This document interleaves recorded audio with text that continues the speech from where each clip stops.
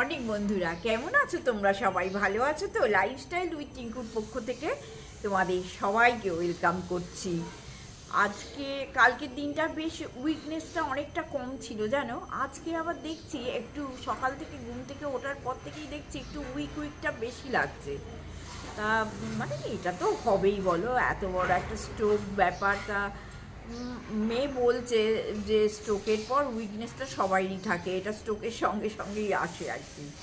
তা দাদা এখন আমাকে ধরে ধরে বাগানে এনেছে। আমি এই যে অশ্বত্থ গাছটা একটু রোজ জল দিই, এই যে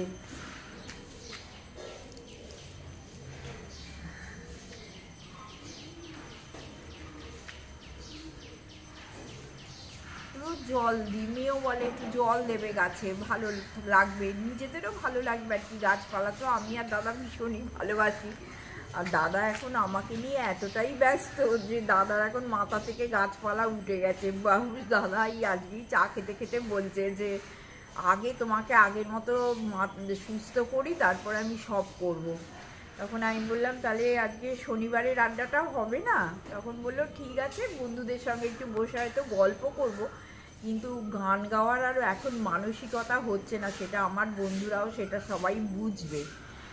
আর যার জন্য একটু দাদা ধরে ধরে বাগানে নিয়ে এলো, যেহেতু এটা আমার অভ্যাস আর কি, একটু অশ্বত্থ গাছে তুলসী গাছে সে মানে জল দেওয়াটা। আর জল দিলে গাছগুলোও ভালো থাকে, এটাই একটা মোটো আর কি।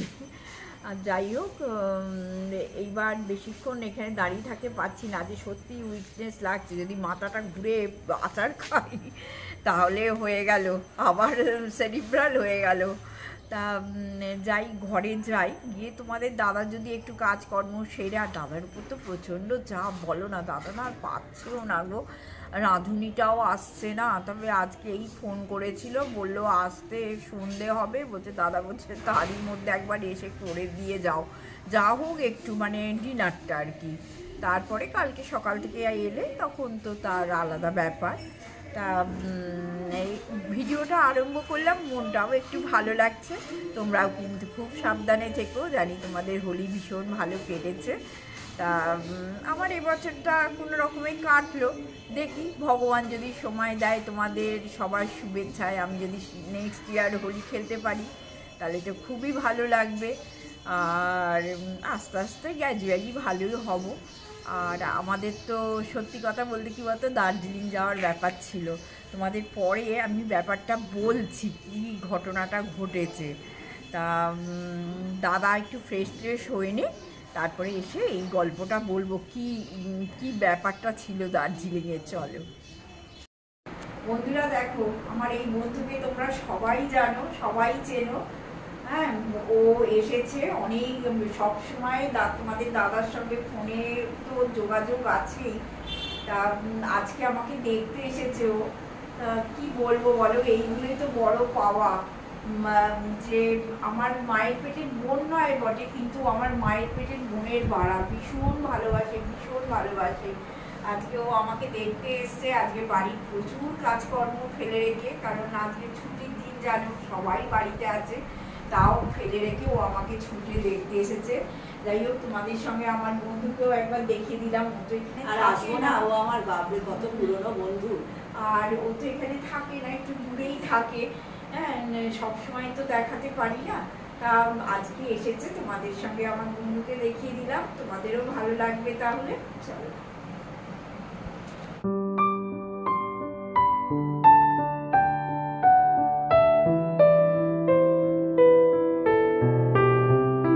বন্ধুরা, বেশ অনেকক্ষণ বাদে তোমাদের কাছে এলাম, কারণ আমার বন্ধু এসেছিল আমার সঙ্গে দেখা করতে।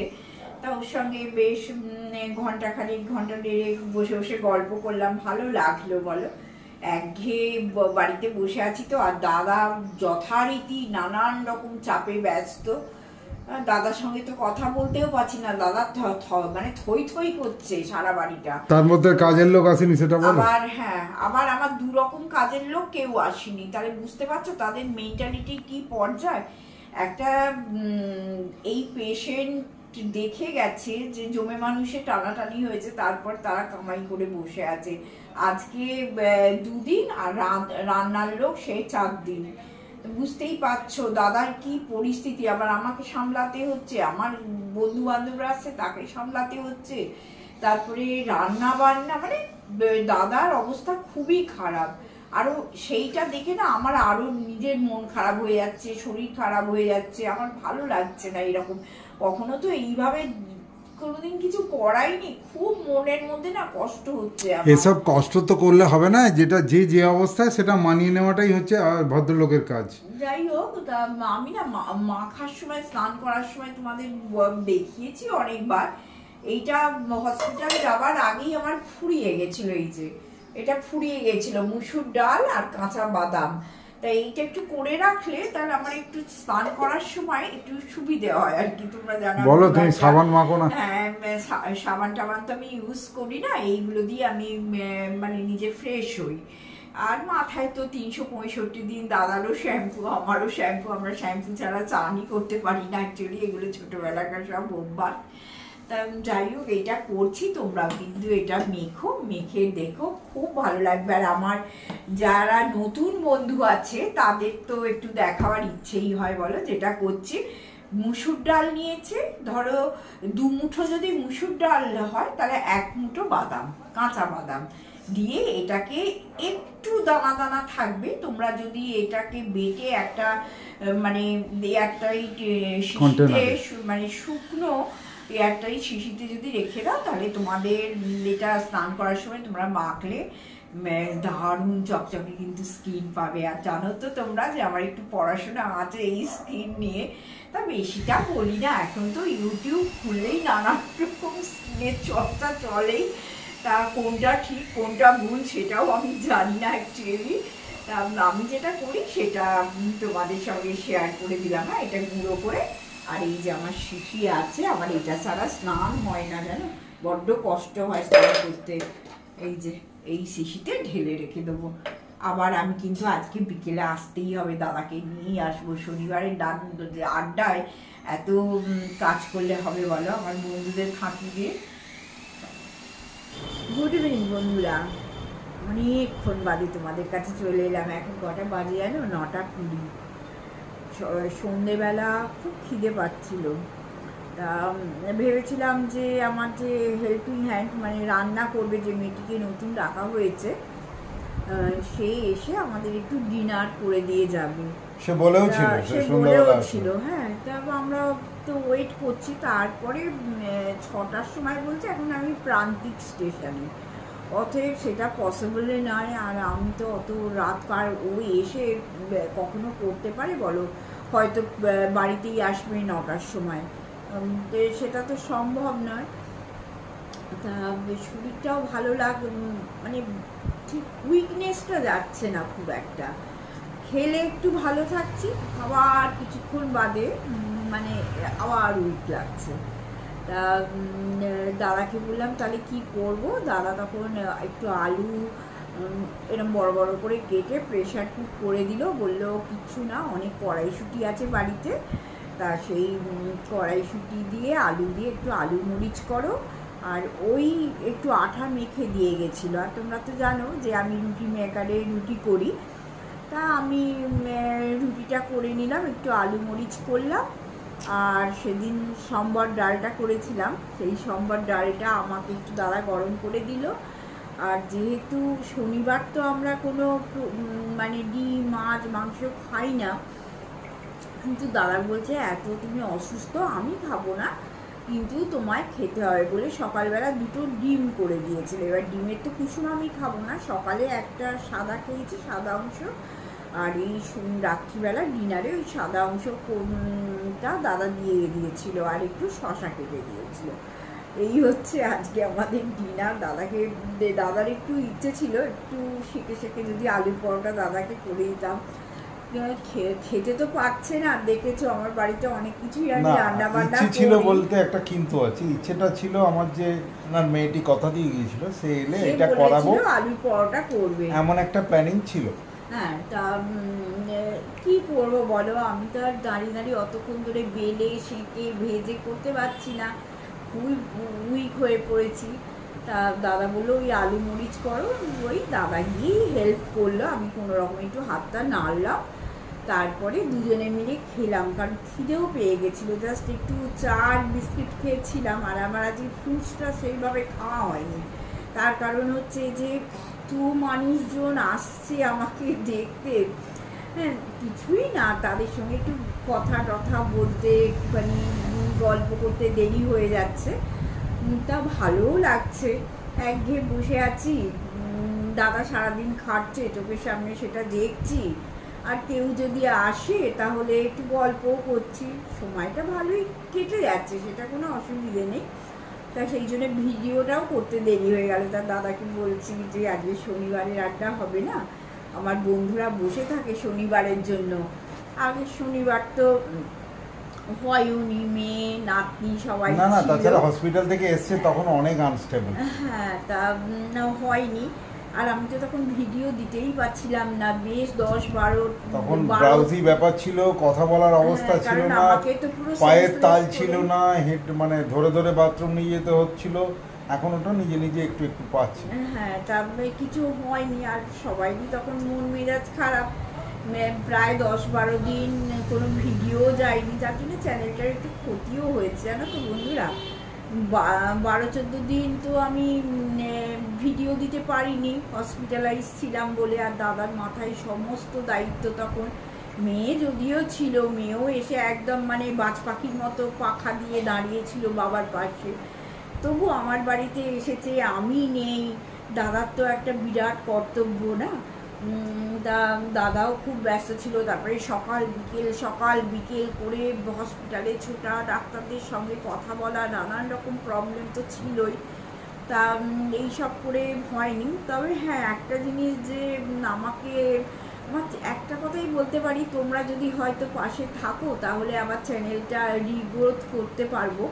যেহেতু ওই 12-14 দিন আমি কোনো ভিডিও দিতে পারিনি, হ্যাঁ, তাহলে না মানে 12-14 দিন যে ভিডিওটা দেখো, দিতে যারা পারিনি, তোমাকে না বলে ছেড়ে যাচ্ছে, দে আর ফ্লোটিং মেম্বার্স, তারা আমাদের কেউ ভালোবাসে না। ওই হঠাৎ ভালো লেগেছে টিপে দিয়েছে, তারপর হচ্ছে দূর, এদের থেকেও সরে গেছে। অতএব এই ফ্লোটিং মেম্বারদের আমরা চাই না। আমাদের সঙ্গে যাদের আত্মিক যোগাযোগ, তারা আমাদের সঙ্গে থাকুক, আমরা তাদের নিয়ে শেষ দিন। আর আমি তো বারবার বলি, আমার ফ্যামিলি মেম্বারসদের কোনো তুলনা হয় না, এমন ভাবে সাপোর্ট, মানে আমার কপালে যে ছিল আমি সেটা নিজেও জানতাম না, যে এই সাপোর্ট আমি আমার বন্ধুদের সঙ্গে পাবো। আর সকালে তোমাদের বলছিলাম না, দার্জিলিং যাওয়ার একটা ব্যাপার আমাদের ছিল, কিন্তু হলো না। দাদার মুখে একটু শোনো, দাদা বলবে ভালো লাগবে। প্রথমেই বলি, শনিবারের আড্ডায় স্বাগত।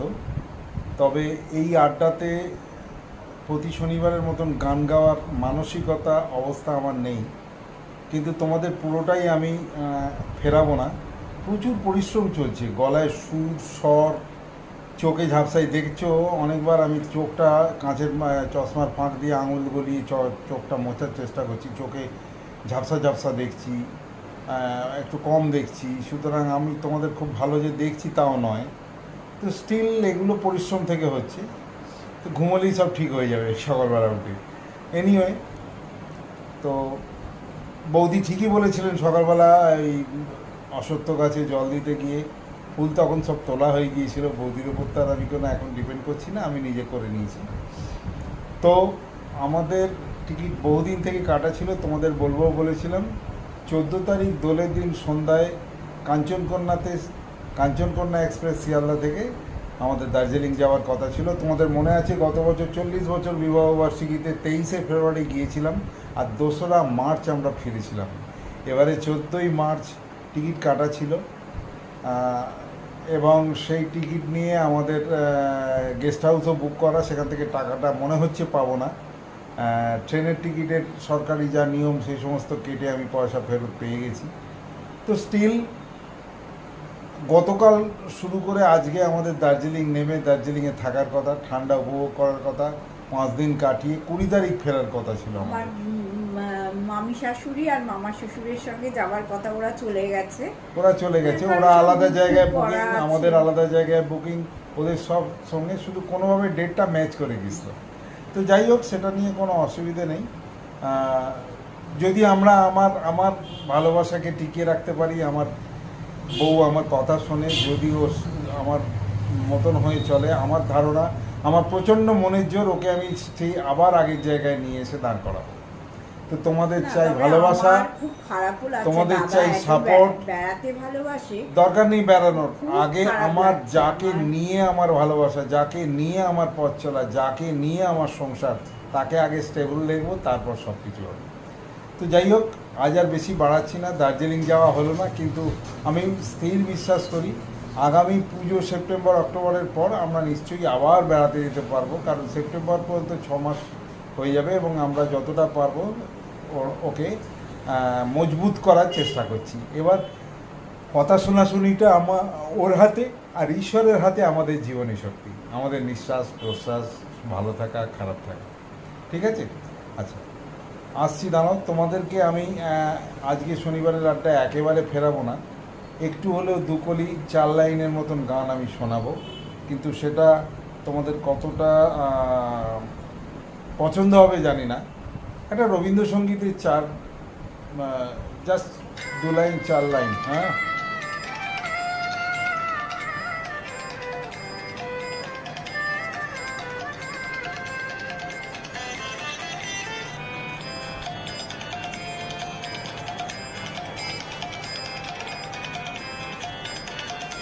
ফাগুন হাওয়ায় হাওয়ায় করেছি যে দান, তোমার হাওয়ায় হাওয়ায় করেছি যে দান, আমার আপন হারা প্রাণ, আমার বাঁধন ছেঁড়া প্রাণ, তোমার হাওয়ায় হাওয়ায় করেছি যে দান।